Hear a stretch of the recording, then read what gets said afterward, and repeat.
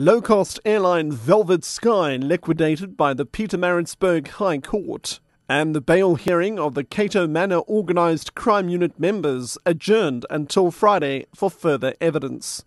I'm Richard Brooks. Low-cost airline Velvet Sky has been liquidated by the Pietermaritzburg High Court. Judge Philip Nkosi rejected a request for an adjournment and said he did not believe it would be in the interests of creditors. During earlier hearings, the court heard that the airline owed its creditors almost 100 million rand. These include fuel company BP Southern Africa and Umzamo Transport Services. In February, BPSA launched an application for the provisional liquidation of the airline. Major fuel companies decided to stop supplying fuel to the airline because bills were not being paid. The bail hearing of the Cato Manor Organised Crime Unit members has been adjourned until Friday for further evidence. 20 unit members were initially charged with crimes ranging from murder, assault, illegal possession of ammunition and firearms, as well as defeating the ends of justice. The National Prosecuting Authority has since dropped charges against 2 of the unit members. It has declined to give reasons. NPA spokesperson Mthunzi Maga. This is a broad investigation that encompasses a number of cases and incidents. So from an investigative point of view, we felt that it's proper that we do not enroll them today.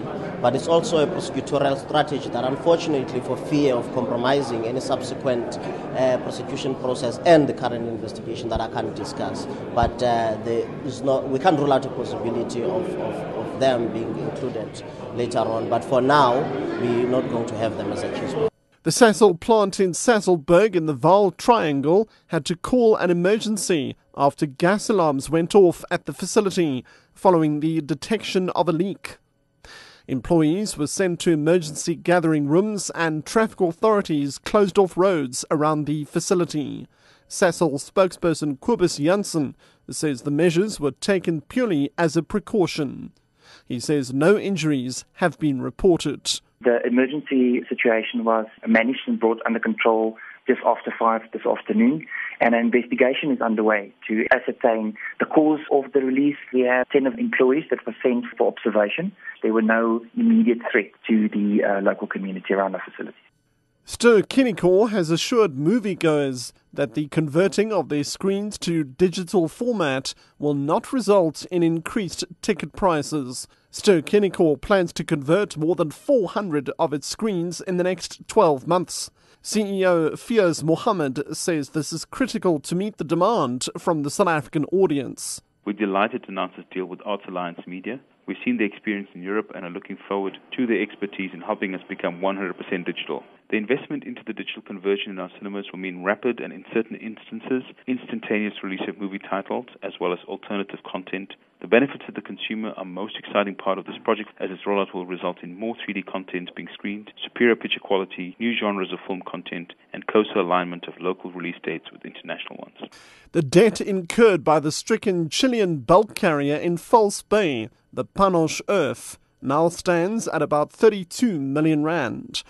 The ship got stranded en route to South America following engine failure in March.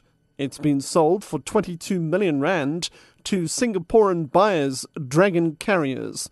Spokesperson for the Smit Amandla Selvers, Dave Main.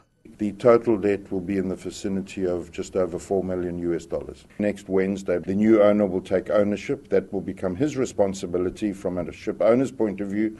But of course, yes, the vessel is still our problem in terms of possible pollution or anything like that. But obviously all those precautions will be put in place because the new owner has to satisfy SAMHSA that he is taking precautions.